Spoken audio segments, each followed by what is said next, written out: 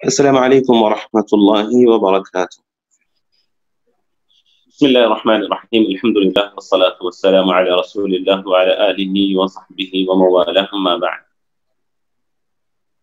أعوذ بالله السميع العليم من الشيطان الرجيم من همزه ونفخه ونفسه. بسم الله الرحمن الرحيم. رب اشرح لي صدري ويسر لي أمري واحلل عقدة من لساني يفقهوا قولي. سبحانك لا علم لنا إلا ما علمتنا إنك أنت العليم الحكيم. اللهم لا سهل إلا ما جعلته سهلا وأنت تجعل الحزن إذا شئت سهلا. معزز طلبہ اور طالبات، سب سے پہلے میں آج کی اس کلاس میں آپ تمام کا استقبال کرتا ہوں اور یہ دعا کرتا ہوں کہ اللہ رب العالمین ہمیں نفع بخش علم عطا فرما اور باعمل عالم دین بنا. اللہ تعالی ہمارے عقیدوں کی اصلاح فرما اور اس علم کے نشر و اشاعت کے اللہ ہم سب کو توفیق عطا فرما. اللہ تعالی ہمیں اس علم کے حصول میں ثابت قدمی عطا فرما، استقامت عطا فرما. معزز طلبہ اور طالبات، جیسا کہ آپ سب جانتے ہیں کہ ہم لوگ عقیدے کی ایک بہت ہی اہم اور بہت ہی عظیم کتاب العقیدۃ الواسطیہ پڑھ رہے ہیں، جس میں شیخ الاسلام ابن تیمیہ رحمہ اللہ نے اللہ رب العالمین کے اسماء و صفات پر ایمان کے متعلق کتاب و سنت کی روشنی میں بہت ساری اہم معلومات اور اہم قواعد و اصول و ضوابط جمع کر دیے ہیں. کتاب حقیقتاً بہت ہی مختصر ہے، لیکن کافی مدت سے ہم اس کو پڑھ رہے ہیں، تو کوشش ہماری یہی ہے کہ اسلاف نے جس جامع انداز سے دین کے اصولوں کو ہمارے سامنے رکھ دیا ہے، ہم ان اصولوں کو مکمل وضاحت کے ساتھ پڑھیں اور اسی کی کچھ ٹوٹے پھوٹے انداز سے کوشش ہو رہی ہے. اللہ رب العالمین ہمیں مزید بہتر انداز سے اس خدمت کو انجام دینے کی توفیق عطا فرمائے، خاص طور پر مجھے. ہم جانتے ہیں کہ اس کتاب کا ایک بہت ہی اہم حصہ جو کہ قرآنی آیات پر مشتمل تھا، کیونکہ شیخ الاسلام ابن تیمیہ رحمہ اللہ نے بہت ہی اہم اصول ابتدا میں بتا دیا تھا کہ اللہ کے اسماء و صفات پر ایمان کس طرح لانا ہے، یعنی ایمان کے اندر کیا چیز شامل ہے. تو ایمان باللہ میں یہ بھی ہے کہ الایمان باسماء اللہ وصفاتہ کما وصف به نفسہ فی کتابہ، یہ ہم نے پڑھا ہے، کما وصف به نفسہ فی کتابہ، کہ اللہ رب العالمین نے اپنے اسماء و صفات کا کتاب اللہ میں جو تذکرہ کیا ہے، بہت ساری آیتوں کو، بلکہ اکثر آیتوں کو شیخ الاسلام ابن تیمیہ رحمہ اللہ نے ذکر فرما دیا. ان آیتوں کا الحمدللہ ہم نے مطالعہ کیا، مذاکرہ کیا، اس کو سمجھنے کی کوشش کی، اور مجھے یقین ہے کہ جس طرح میں اپنے آپ میں ایک اس عقیدے میں ایک مضبوطی پاتا ہوں کہ اللہ کے اسماء و صفات پر ایمان اسی طرح لانا ہے جس طرح اللہ تعالیٰ نے ذکر کر دیا قرآن میں، نہ اس کی کیفیت بیان کی، نہ ہی اس کو تشبیہ دی، نہ ہی اللہ رب العالمین نے اپنے اسماء و صفات کی کیفیت کا تذکرہ کیا، یعنی کیفیت میں نے بتا دیا پہلے ہی. تو مجھے امید ہے کہ آپ سب کا ایمان اور عقیدہ بھی، جنہوں نے اصلاح کی نیت سے اللہ سے دعا کرتے ہوئے توفیق کی نیت سے، ہدایت کی نیت سے جنہوں نے اس علم کو حاصل کیا، انشاءاللہ ان کا ایمان بھی اسی طرح مضبوط ہوا ہوگا. تو اب ہم نے جو شروع کیا ہے، جو بہت ہی اہم حصہ ہے یہ بھی، کہ وَبِمَا وَصَفَ بِهِ النَّبِيُّ صلی اللہ علیہ وسلم وَبِمَا وَصَفَ بِهِ الرَّسُولُ صلی اللہ علیہ وسلم. الایمان بما وصف به الرسول صلی اللہ علیہ وسلم، کہ جس طرح اللہ رب العالمین نے اپنے اسماء و صفات کا تذکرہ کیا ہے، اسی طرح رسول اللہ صلی اللہ علیہ وسلم نے بھی احادیث مبارکہ میں اللہ رب العالمین کی اسماء و صفات کا تذکرہ فرمایا ہے. تو جس طرح قرآن میں موجود اسماء و صفات کو ہمیں ماننا ہے، اسی طرح اللہ کی اسماء و صفات جو پیارے نبی صلی اللہ علیہ وسلم نے بیان فرمائے ہیں ان کو بھی ماننا ہے. کیوں ماننا ہے اس کی اہمیت پر ہماری بات ہو چکی ہے کہ سنت کا مقام بھی قرآن ہی کے برابر ہے، حکم میں، عمل میں، عقیدہ اور اعتقاد میں۔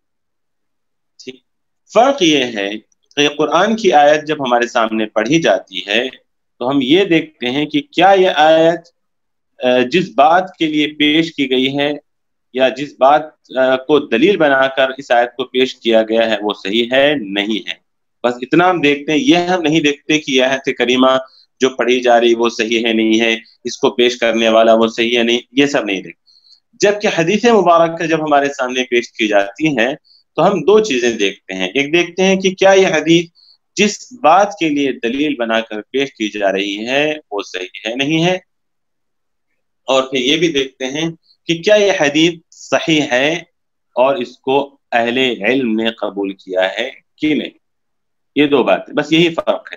ورنہ حکم میں جس طرح قرآن پر ہم ایمان لانا ہے اسی طرح ہمیں حدیث پر بھی ایمان لانا ہے، سنتوں پر بھی ایمان لانا ہے۔ جس طرح قرآن کے احکامات پر ہمیں عمل کرنا ہے اسی طرح سنت کے احکامات پر بھی ہمیں عمل کرنا ہے۔ قرآن کے متعلق ہمارا جو عقیدہ ہونا چاہیے وہی عقیدہ سنت کے متعلق بھی ہونا چاہیے۔ تو اس پر ہماری تفصیل سے گفتگو ہو چکی ہے۔ یہاں پر شیخ الاسلام ابن تیمیہ رحمہ اللہ نے اب دلیل کے طور پر سب سے پہلے ایک حدیث ذکر کی۔ حدیث ہے، اللہ کے رسول صلی اللہ علیہ وسلم فرماتے ہیں کہ ينزل ربنا إلى سماء الدنيا ينزل ربنا إلى سماء الدنيا حين يبقى ثلث الليل الأخير حين يبقى ثلث الليل الآخر فيقول من يدعوني فأستجيب له، من يسألني فأعطيه، من يستغفرني فأغفر له۔ بالکل صحیح حدیث ہے۔ امام بخاری رحمہ اللہ نے اس حدیث کو اور اسی طرح امام مسلم رحمہ اللہ نے اس حدیث کو بیان فرمایا ہے۔ ابو ہریرہ رضی اللہ عنہ سے حدیث مروی ہے۔ پتہ یہ چلا کہ حدیث بھی صحیح، اور اہل حدیث یعنی حدیث کے علماء نے، محدثین نے اس حدیث کو قبول بھی کیا۔ یہی وجہ ہے کہ امام بخاری نے اپنی کتاب میں اس کو جگہ دی اور امام مسلم نے بھی اپنی کتاب میں اس حدیث کو جگہ دی۔ اور اس حدیث کو شیخ الاسلام ابن تیمیہ رحمہ اللہ نے جس بات کے لیے دلیل بنا کر پیش کی ہے وہ یہ ہے کہ اللہ کے رسول صلی اللہ علیہ وسلم اللہ رب العالمین کے صفت نزول کا تذکرہ کرتے ہیں اس حدیث میں۔ اللہ کے رسول صلی اللہ علیہ وسلم اللہ رب العالمین کے صفت نزول کا تذکرہ کرتے ہیں اس حدیث میں۔ تو صفت نزول اللہ رب العالمین نازل ہوتا ہے، کس طرح نازل ہوتا نہیں جانتے ہیں، ہم یہی کہیں گے کہ النزول صفت للہ عز وجل على ما يليق بجلالہ وعظمتہ۔ اللہ رب العالمین کے شان ہے، لا يماثل نزول الخلق۔ نہیں بولیں گے کہ انسان جس طرح اترتا ہے یا مخلوق جس طرح اترتی ہیں اسی طرح اللہ تعالیٰ بھی اترتا ہے، نہیں۔ شیخ الاسلام ابن تیمیہ رحمہ اللہ نے سورۃ الاخلاص کی تفسیر کرتے ہوئے فرمایا کہ الرب سبحانہ وتعالی اذا وصفه رسوله بأنه ينزل الى سماء الدنيا كل ليلة وأنه يدنو عشية عرفة إلى الحجاج وأنه كلم موسى بالوادي الأيمن في البقعة المباركة من الشجرة،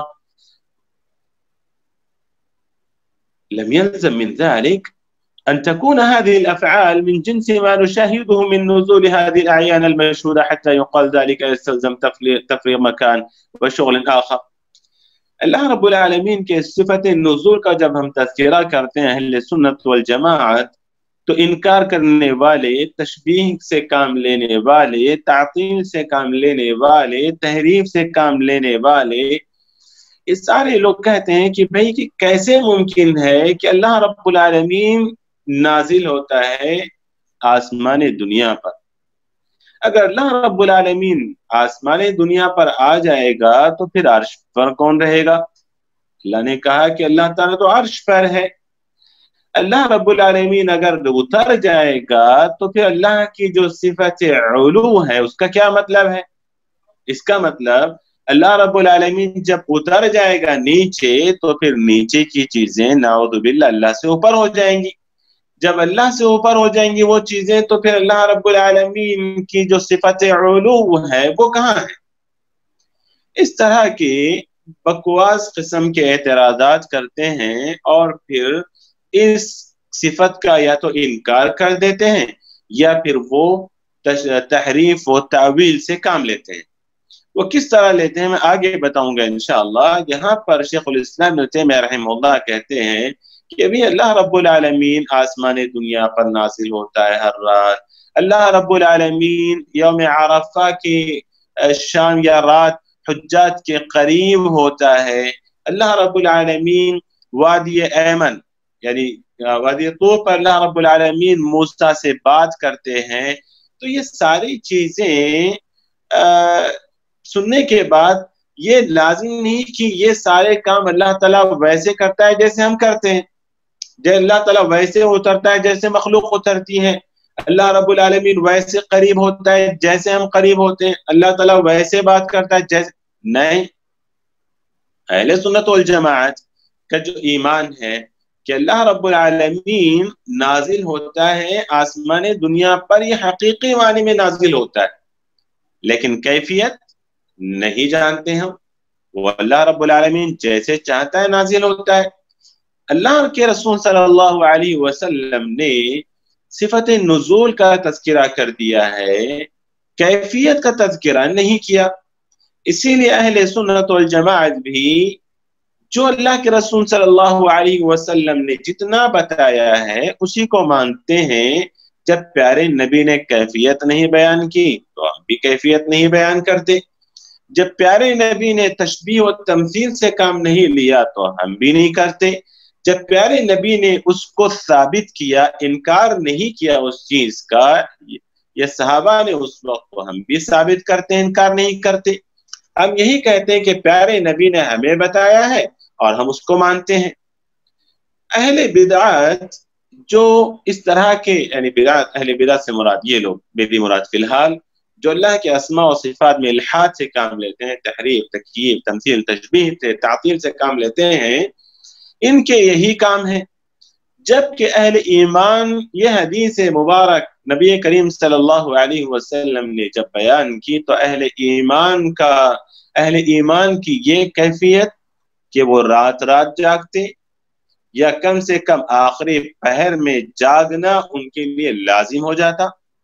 وہ رات جاگتے، رب العالمین کی بارگاہ میں اپنے ہاتھوں کو پھیلاتے، اپنے ماتھے کو ٹیکتے، اپنا سر تسلیم خم کرتے، گڑ گڑاتے، روتے، رب سے مانگتے۔